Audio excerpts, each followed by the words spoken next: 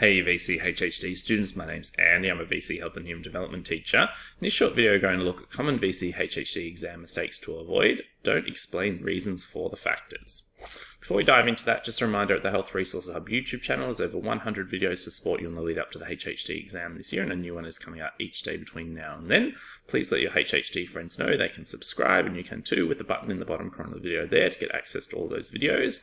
If you check out our website at the hrh.net.au, there's support there for VCE HHD teachers and students.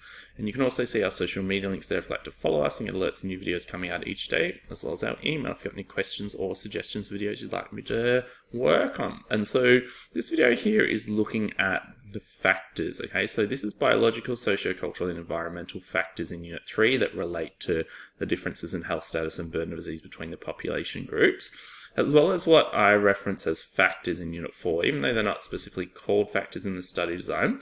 Things like access to safe water, sanitation, etc. are used to explain some of those similarities and differences in health status and burden of disease between low, middle and high income countries, including Australia. And so students will often, get caught up when they see a question in the exam that asks them to use one of these factors to make a link between some of these differences or similarities in health status and burden of disease, in explaining the reasons why these factors exist rather than just linking them onto health status or burden of disease. And so it's probably easiest just to look at an example to demonstrate what I'm saying here.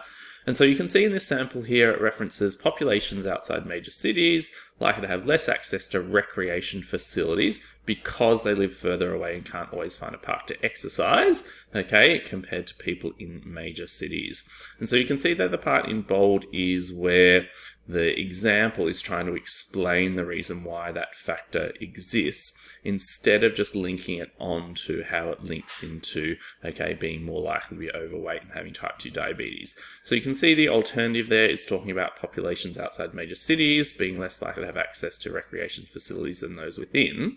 And then the next part just links it forward. So those outside major cities are therefore less likely to be physically active and burn off excess energy, and more likely to be overweight or obese, which can contribute to higher prevalence of insulin resistance and type 2 diabetes when compared with those living within major cities. So you can see the alternative hasn't tried to explain why the populations have different access to recreation facilities, just what it means about health status, And so try not to fall into that trap of explaining the reason why a difference in a factor exists, because that's not what questions are asking for. It's asking you to link on to those differences in health status and burden of disease, etc. So you won't get any marks for trying to explain, the reason why they might exist. And for lots of those factors, there's multifactorial. There's lots of different reasons why those factors might exist. So it's really just about the link on to health status and burden of disease. Okay, hopefully you found that video useful. Just a reminder, the Health Resources Hub YouTube channel, our website, social media links, and our email. Thanks so much.